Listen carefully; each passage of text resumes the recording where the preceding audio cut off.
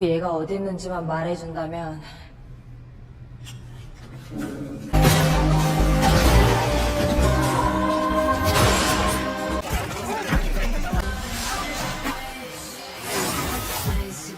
그 새끼 어디 있어?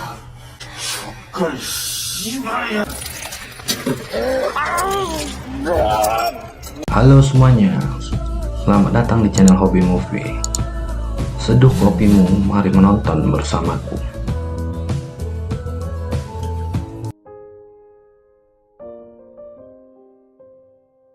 Film yang berjudul Ballerina ini bercerita tentang seorang gadis bernama Okju, mantan bodyguard yang tak kenal takut, jago bela diri dan piawai menembak. Awalnya Okju merupakan pribadi yang dingin dan tidak pandai mengekspresikan perasaannya karena pekerjaan yang dijalaninya dulu. Sampai suatu hari, ia bertemu kembali dengan teman satu sekolahnya yang bernama Min-hee di sebuah toko kue. Min-hee adalah seorang penari balet yang memiliki kepribadian ceria dan menyenangkan. Kehadiran Min-hee pun membuat hari-hari Okju menjadi lebih berwarna. Singkat cerita, setelah lama tak bertemu, Min-hee menghubungi Okju dan memintanya datang ke rumah untuk minum bersama. Namun, sampai di rumah Min-hee, ia justru menemukan sebuah kotak berisi sepatu balet dan secari surat darinya yang meminta Okju untuk membalaskan dendam. Okju yang khawatir mencoba menelpon sahabatnya itu. Ia mendengar suara ponsel dari dalam kamar mandi. Saat masuk, dia menemukan temannya sudah mengakhiri hidupnya sendiri. Lanjut guys. Film dimulai dengan diperlihatkannya seorang pria penjaga minimarket yang sedang bertugas. Lalu muncullah beberapa orang yang coba membuat usil dan merampoknya. Mereka meminta uang yang ada di laci kasir. Sontak hal itu membuat pria ini ketakutan dan memberikannya. Lalu tak lama datanglah seorang gadis muda yang ingin membayar belanjaan. Karena tak ada uang kembalian, maka wanita ini pun coba mengambil dari dalam tas perampok itu. Dan seketika terjadilah baku hantam antar mereka.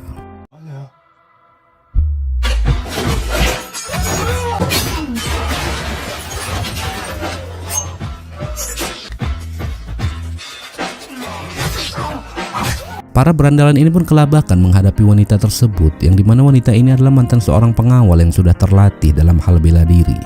Dengan kelihayan menangkis dan menyerang, mereka pun terkapar dan tak berkutik dibuatnya. Wanita ini bernama Okju. Dia sedang menelpon sahabatnya yang bernama Min-hee. Min-hee memintanya untuk datang ke rumahnya dan seperti biasa dia akan membawakan minuman dan makanan ringan. Sesampainya di rumah Min-hee, Okju pun memencet bel namun tak ada jawaban apapun dari dalam. Seketika dia coba masuk yang dimana dia tahu kode dari pintu tersebut. Okju coba memeriksa dan mencari sahabatnya itu, namun dia tak melihatnya. Di dalam kamar Min-hee, dia melihat sebuah kotak dengan pita merah yang terletak di atas tempat tidur. Dia pun coba membukanya. Terlihat sepasang sepatu balet yang indah dan sebuah pesan singkat yang meminta Okju untuk membalaskan dendam sahabatnya ini pada seseorang. Okju pun mulai panik dan menyadari ada yang tak beres. Dia segera menelpon Min-hee. Tiba-tiba dia mendengar suara handphone berdering dari dalam kamar mandi yang tak lain adalah handphone sahabatnya itu. Segera dia melihat dan menyadari ternyata Min-hee sudah tewas bunuh diri di bak mandi. Okju pun terbayang saat pertama dia bertemu dengan temannya ini di sebuah toko kue yang dimana saat itu dia berulang tahun dan Min-hee sedang menjaga toko tersebut. Ternyata Okju adalah teman sekolahnya. Seketika mereka pun akrab. Kemudian Okju pun mulai mencari tahu siapa orang yang telah membuat sahabatnya mati namun tak menemukan hasil. Hingga setelah beberapa saat, dia mendengar handphone Min-hee berdering. Terdengar suara pria dari seberang sana yang meminta Min-hee datang ke suatu tempat dan dia diancam jika tak datang maka pria ini akan menghabisinya.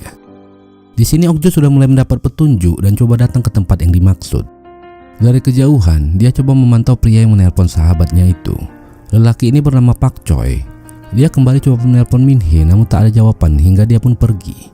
Pak Choi tak menyadari dirinya diikuti oleh Okju. Okju mencari informasi di mana tempat tinggalnya dan apa yang dilakukannya. Di pagi hari, Okju coba memasuki rumah pria tersebut. Sebuah rumah besar dengan berisi banyak barang-barang. Okju coba memeriksa setiap celah yang ada untuk mendapatkan petunjuk. Dia coba membuka lemari besar yang ada di kamar itu. Isinya cukup membuatnya kaget, yang dimana alat-alat BDSM alias penyiksaan untuk budak seks banyak terpajang di dalam. Ternyata pria gondong tersebut adalah predator yang suka menyiksa wanita-wanita muda untuk memenuhi hasratnya.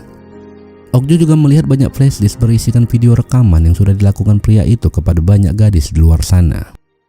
Dia pun coba mencolok satu flashdisk yang bertuliskan Ballerina, yang dimana Min-hee adalah seorang penari balet dan ternyata dugaannya benar. Rekaman sahabatnya itu terlihat jelas di layar handphone. Alasan itulah yang membuat Min Hee bunuh diri karena sudah tak tahan lagi dijadikan budak seks oleh Pak Choi. Hingga membuat dirinya trauma dan terbayang wajah pria itu yang membuat pertunjukan baletnya berantakan. Ok Joo yang sudah mengetahui semuanya pun menjadi murka. Dia tak terima sahabatnya diperlakukan seperti ini hingga sampai mengakhiri hidupnya. Mulailah dia mencari tahu pergerakan Pak Choi dengan menyadap komunikasi mereka.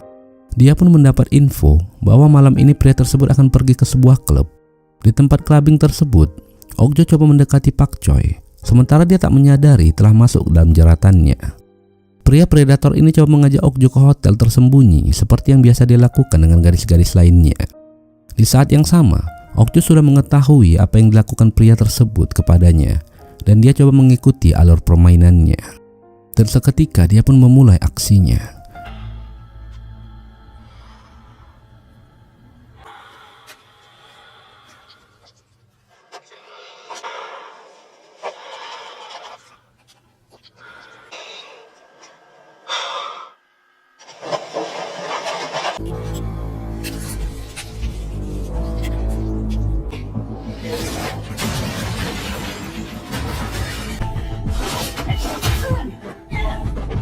Pria itu terkapar dengan mulut yang sudah sobek. Beruntung dia diselamatkan oleh anggotanya dan Ok Joo pun segera bersembunyi di bawah tempat tidur lalu melarikan diri. Namun ternyata di ujung lorong, seorang pria dengan gergaji mesin sudah siap untuk membantainya. Tetapi inilah yang terjadi.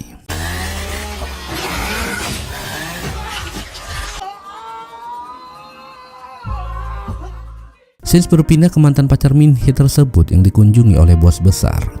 Ternyata Pak Choi adalah anggota gangster dan sindikat dunia hitam. Bosnya ini mengetahui bahwa Pak Choi berbisnis film porno BDSM yang direkamnya sendiri dan diperjualbelikan, hingga dia mampu membeli mobil mahal Lamborghini. Bosnya ini cukup kesal dan memerintahkannya untuk membawa Ok Joo hidup-hidup. Beralih ke Ok Joo, di mana dia menanyakan siapa wanita ini dan apa yang dilakukannya di hotel tersebut. Gadis muda ini pun menjelaskan bahwa dirinya dan banyak wanita lainnya dijadikan budak seks oleh komplotan Pak Choi dan mengancam untuk menyebarkan video porno mereka di internet agar membuat mereka malu di sekolah. Bisnis haram mereka mengeksploitasi anak-anak di bawah umur sudah berlangsung lama. Dia bersyukur Ok Joo muncul menyelamatkannya. Pak Choi mendatangi rekan yang bekerja sebagai apoteker bernama Myung Sik. Dia meminta rekannya ini untuk mencari dan membunuh Ok Joo dengan memberi imbalan 100 juta. Myung Sik yang mendengar itu pun bersedia melakukannya.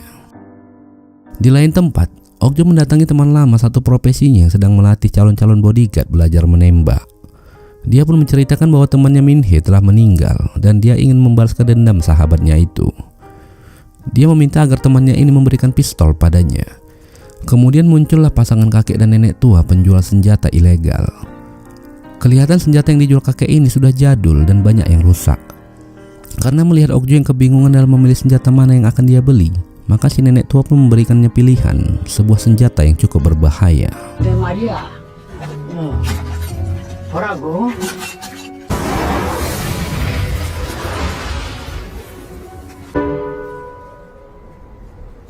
Di tengah malam, wanita ini menanyakan pada Ok Joo kapan mereka akan menyerang komplotan Pak Choi.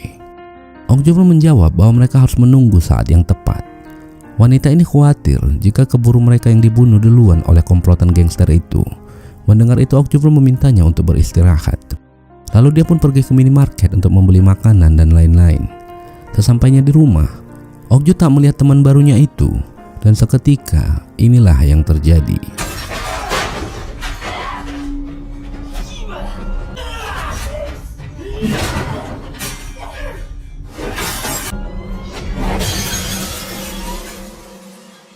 Kemudian keesokannya di peternakan kuda, Pak Choi pun ditegur oleh bos besar agar menyelesaikan masalahnya dengan baik. Dia mengaku pada bos besar bahwa dia telah membunuh Ok Joo. Padahal saat mereka menyerang wanita itu di rumahnya, Ok Joo berhasil kabur dan selamat. Dan mereka hanya menculik gadis tersebut. Gadis muda ini pun dicambuk oleh Pak Choi sebagai hukuman karena telah melarikan diri dari hotel. Melihat temannya diculik oleh Pak Choi, Ok Joo pun tak tinggal diam. Dia segera kembali ke hotel itu dan membantai para anggotanya saat itu juga. Lalu gadis muda ini pun pergi ke markas besar gangster dan coba mencari temannya itu. Namun para gangster ini tak ada yang menjawabnya, hingga seketika bos besar pun keluar dan coba berbincang kepada Okju. 앉아. 잘 왔어. Tanpa basa-basi, Okju pun segera menembakkan pistolnya tepat di kepalanya. Melihat bos mereka tewas di tempat, para gangster ini pun menyerangnya saat itu juga.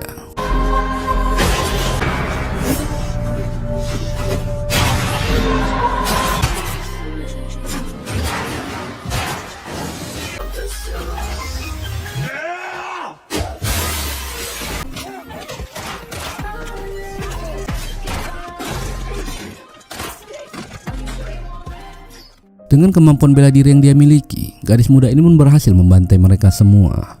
Lalu dia pergi meninggalkan tempat itu.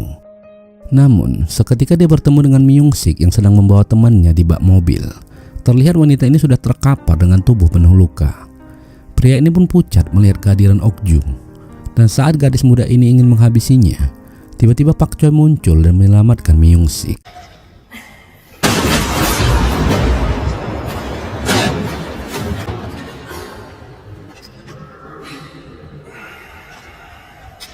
타임을 씨발 족발나게 줬네?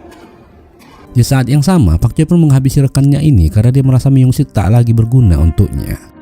Lalu segera Pak Choi memburu Okju yang bersembunyi di balik mobil. Dan tiba-tiba, inilah yang terjadi.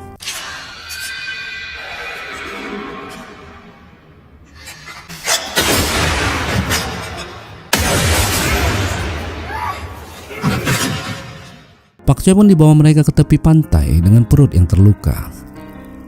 Pria ini menanyakan ke Okju mengapa dia berbuat sampai sejauh ini. Bahkan Pak Choi tak tahu apa alasannya. Dan Okju pun mengingatkan kembali padanya akan kematian sahabatnya Min Hee yang trauma akibat ulah predator yang satu ini.